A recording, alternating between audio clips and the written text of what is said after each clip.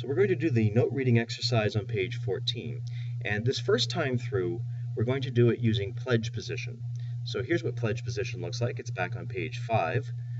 I have my right arm across my body.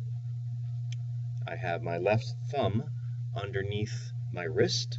And if I have no other fingers touching, that's going to be our note D, as if we're playing the open D string. If I see a note that looks like this, I'm going to put my first finger down, my pointer finger, and I'm going to call that E.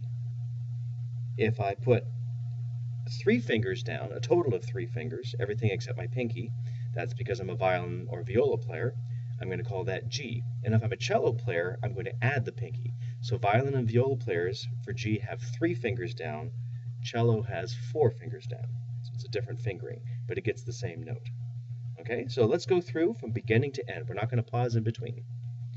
D, D, E, E, E, E, D, D, D, E, D, E, E, D, E, D, D, D, G, G, G, G, D, D, D, G, D, G, G, D, G, D, E, E, G, G, G, G, E, E, E, G, E, G, G, E, G, E.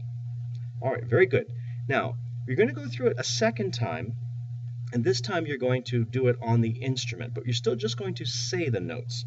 So the first thing is we have to get our hand into first position, which means for violin or viola, we have to slide it away from us. And here's a picture of what our hand looks like from first position, from the side or from our playing point of view.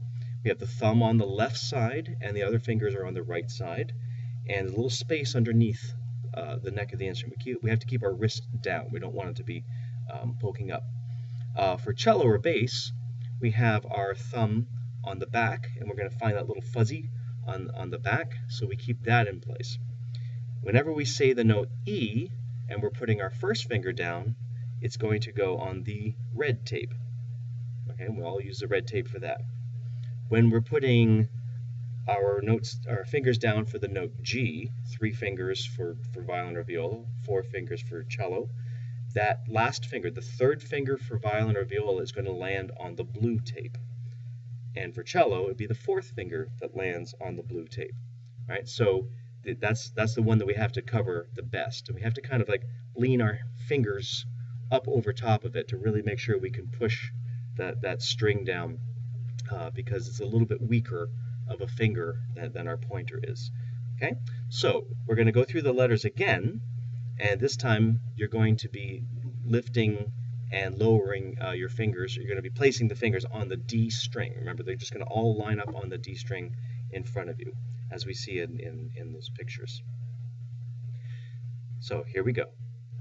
D, D, E, E, E, E, D, D, D, E, D, E, E, D, E, D, D, D, G, G, G, G, D, D, D, G, D, G, G, D, G, D, E, E, G, G, G, G, E, E, E, G, E, G, G, E, G, E.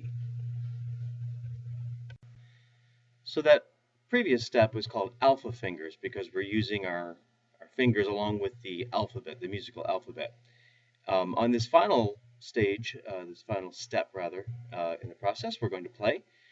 This time I'm not going to say the letters. I'm going to play and you'll echo by playing back after.